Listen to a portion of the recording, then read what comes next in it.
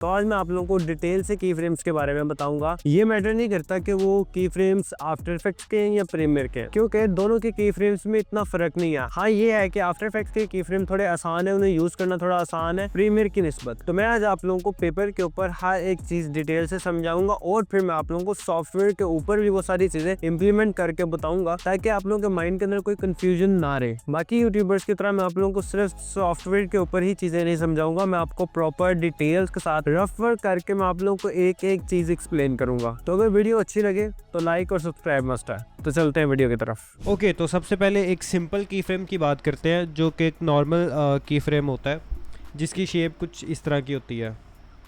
अभी मैं perfect shape तो नहीं बना पाऊँगा, लेकिन कुछ इस तरह से वो चीज़ होती है। लाइक इस तरह से होता है और दूसरी तरफ भी सेम यही चीज़ होती है। सेम इस तरह से होता है, बीच में एक ये बिल्कुल स्ट्रेट लाइन होती है। अगर आप प्रीमियर में देखो तो इसी तरह ही होता है। अगर आप आफ्टर इफेक्ट्स में जाकर देखोगे तो उधर इस तरह से ये होगा और यहाँ पे ये दो कॉर्नर्स होंगे। ये जब हम सॉफ्टवेयर में जाएंगे तब आपको मैं सारा प्रैक्टिकल करके भी दिखाऊंगा। अब ये जो की फ्रेम्स होते हैं ना, ये बिल्कुल प्लेन की फ्रेम्स होते हैं।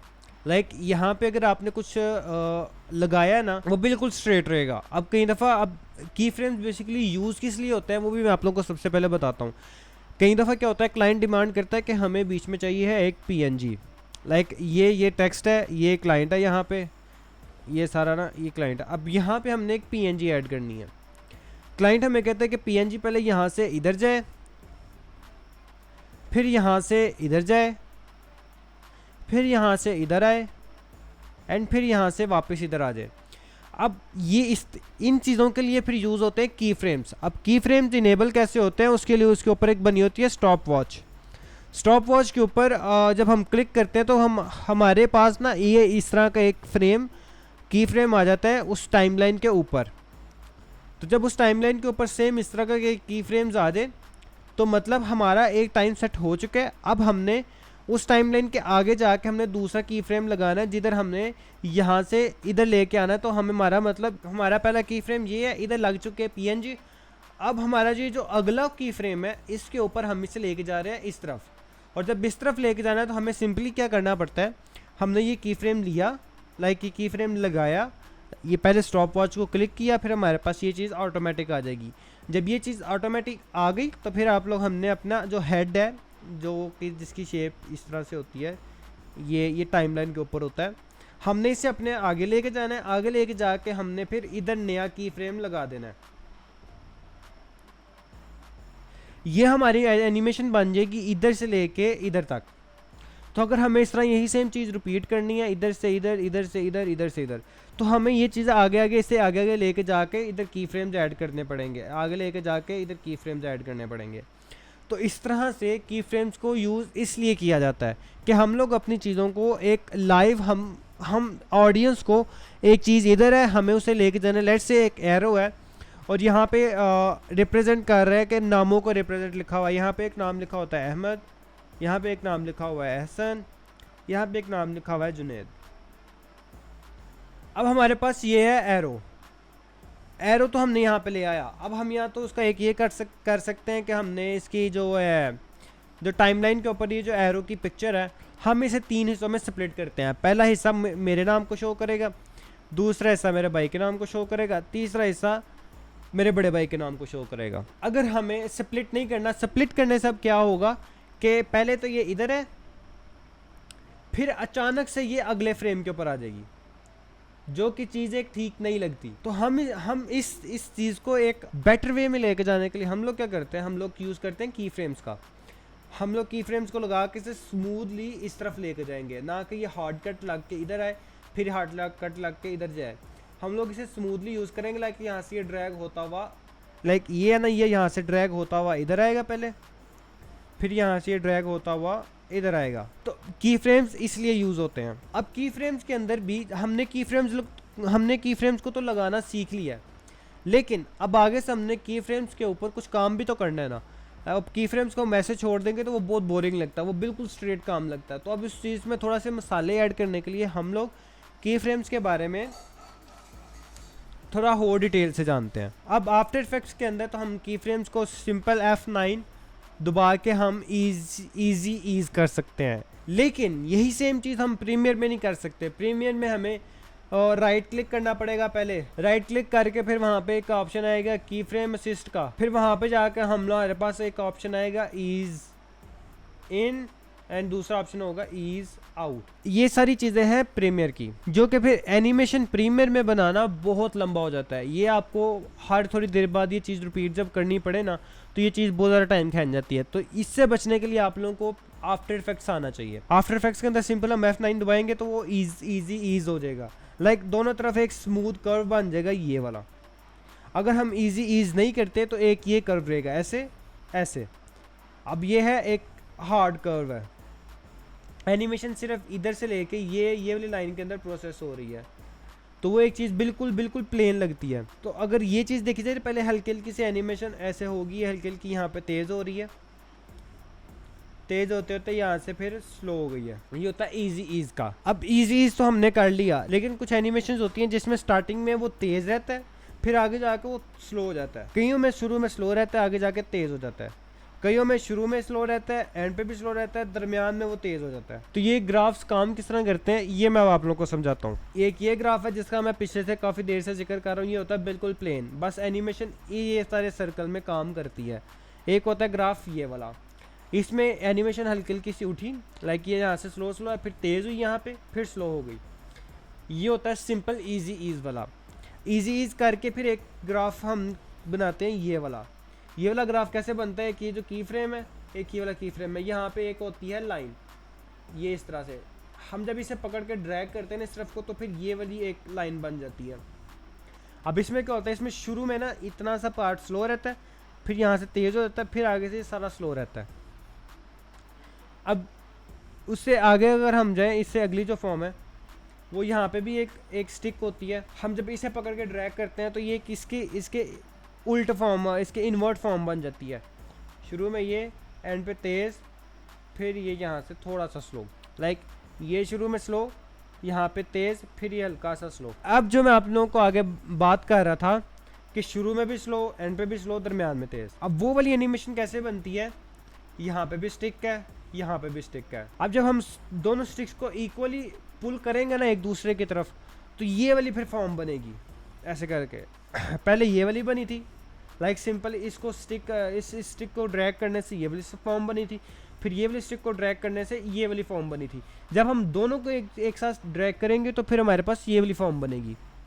ये वाली फॉर्म अब क्या करती है, शुरू में स्लो रहती है, दरमियान में तेज़ हो जाती है, फिर शुरू में, फिर एंड पे स्लो रहती है। ओके, तो अब बात करते हैं ईज इन ईज आउट के बारे में कि ये है क्या चीज़ है असल में। अब लेट्स से हम लोग क्या करते हैं, हम लोग F9 नहीं दबाते, लाइक आफ्टर इफेक्ट में हम इजी ईज नहीं करते, तो हमारे पास वही सिंपल ये वाला ग्राफ रहेगा। अगर अब हम ईज इन करते हैं ना, तो हमारे पास क्या होगा, हमारा ये ग्राफ ऐसे हो जाएगा।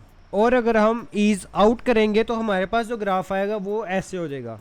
ईज इन का भी ऐसे होगा, लाइक स्ट्रेट होगा, ये कर्व नहीं होगा बीच में। लाइक किस तरह से ईज इन का क्या ग्राफ बनेगा, ये ग्राफ बनेगा, ईज आउट का क्या ग्राफ बनेगा, ये ग्राफ बनेगा। तो अब यहाँ पे ईज इन क्या करेगा, ईज इन क्या करेगा, एक नॉर्मल वीडियो रहेगी और उसे हल्का सा नीचे लेके आना शुरू कर देगा, लाइक स्लो स्पीड में उसे ख़त्म करेगा एनिमेशन को। लेट्स से हमारे पास ये वाला एक PNG है ट्रायंगल का, शुरू में रहा थोड़ा स्पीड पे, फिर से हल्की हल्की करके नीचे आ जाएगा, जो कि एक चीज़ थोड़ा रफ लगेगी, लेकिन फिर भी बेहतर रहेगी कि सिंपल की फ्रेम्स रखने से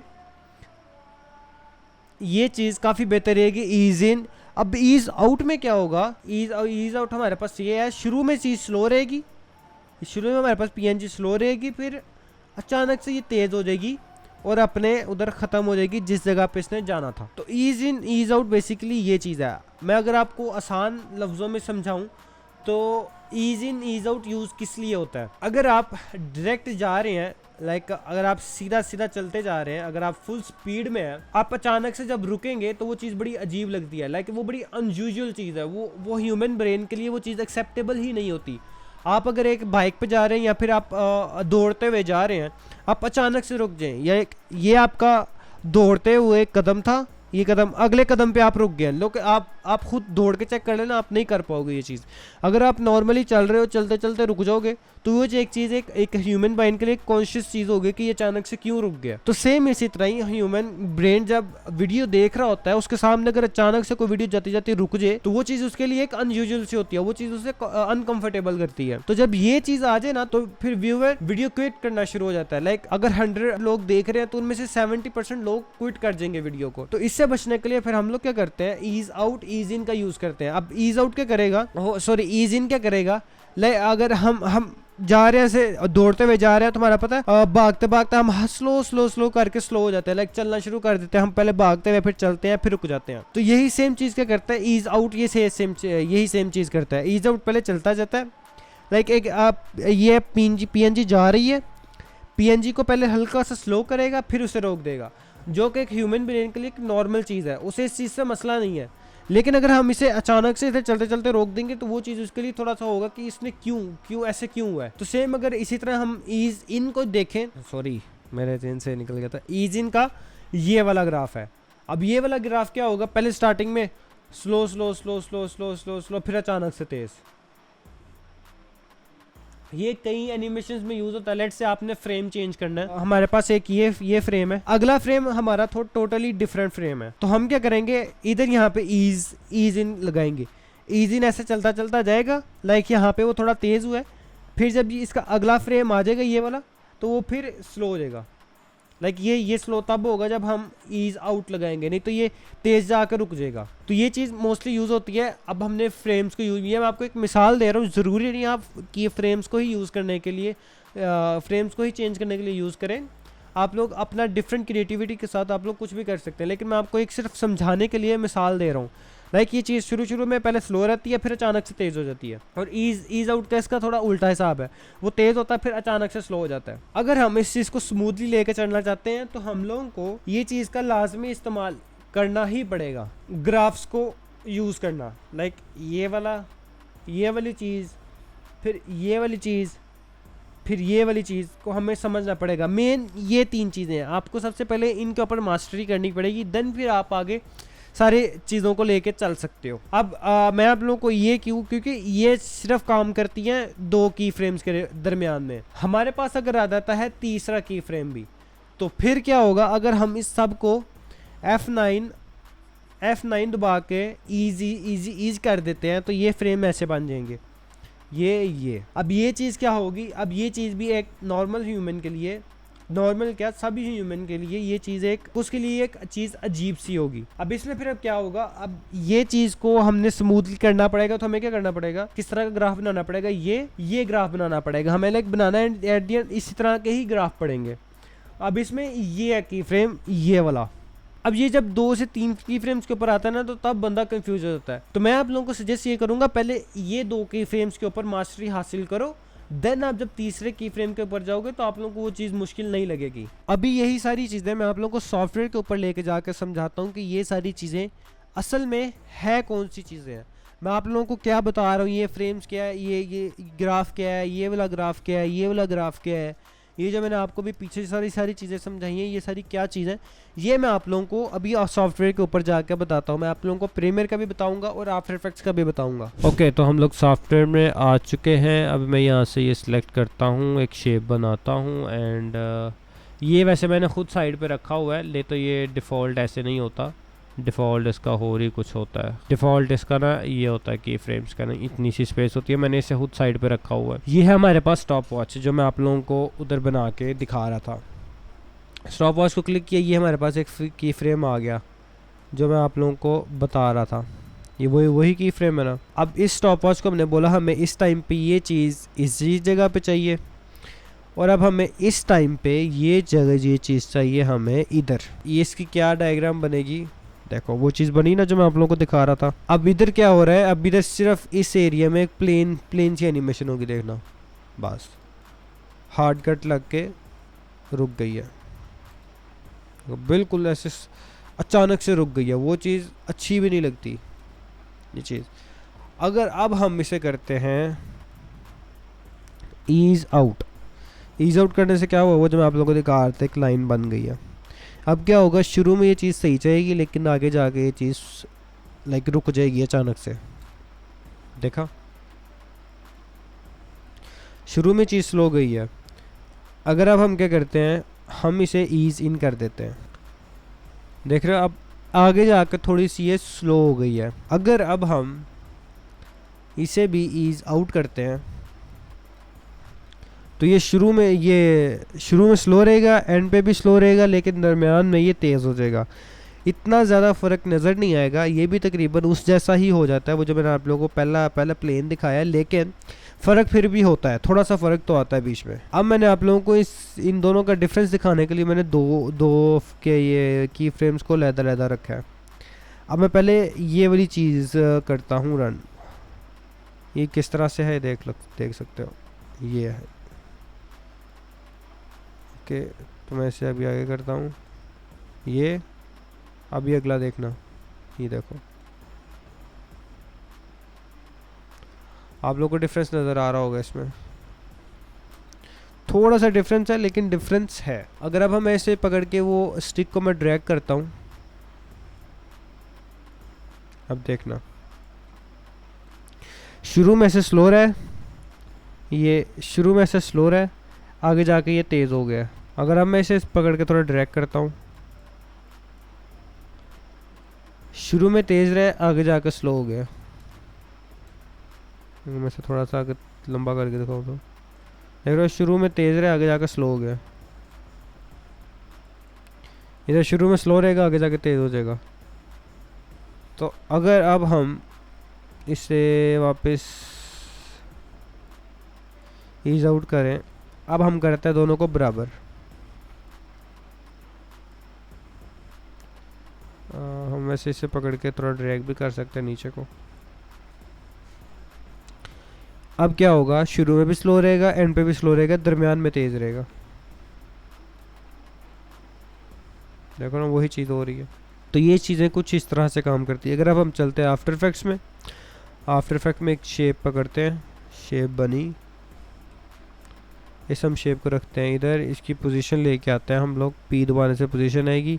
वही ये टाइम है हमारे पास, इस टाइम पे हमें ये की फ्रेम चाहिए और ये की फ्रेम इसे रिप्रेजेंट कर रहा है। हम इसकी शेप दरमियान में ले आते हैं, ये एंकर पॉइंट। हमें ये शेप इस टाइम पे इधर चाहिए। अब हमें ये शेप इस टाइम पे हमें ये शेप इधर चाहिए।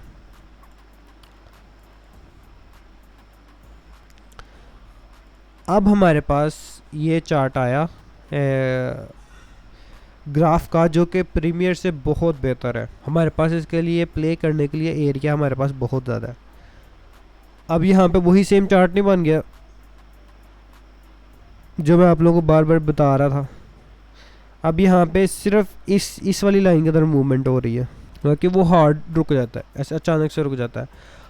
अब हम इसे करते हैं F9 दबा के ईज़ करने से क्या हो गया, ये एक शेप बन गई जो कि अभी थोड़ी देर पहले मैंने आप लोगों को प्रीमियर में दिखाई है। इसका भी सेम वही चीज़ है, हम भी इसे ऐसे ड्रैग कर सकते हैं, ये भी सेम वैसे ही परफॉर्म करेगा। लेकिन इसमें एक एडिशनल चीज़ भी मैं आप लोगों को दिखाता हूँ, जो कि इसमें आई गेस प्रीमियर में भी हो जाती है, लेकिन इसमें थोड़ी ज़्यादा आसान है, तो मैं आप लोगों को इस वजह से दिखा रहा हूँ।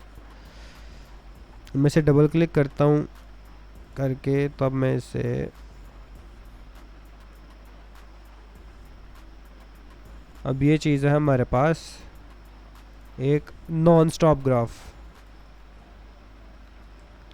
अगर आप बात कर रही हो कोना क्यों आ रहा है, कोना इस वजह से आ रहा है क्योंकि वो शेप टूल में ही कोना है। अगर हम पेन टूल सेलेक्ट करके ऑल्ट प्रेस करके तो इस पर क्लिक करेंगे, ये गुलाई में हो जाएगा, अब नहीं वो कोना आएगा।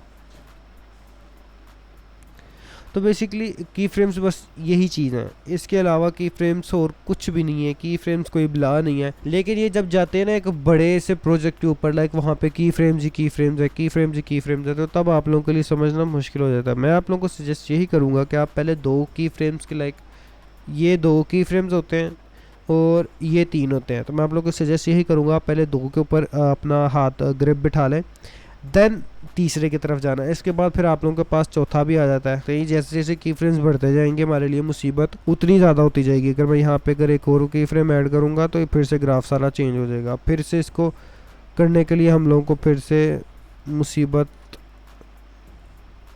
देन अब हम लोग इसे लेके जाते हैं इस जगह पे। ये अब एक स्मूथ कर्व बना है।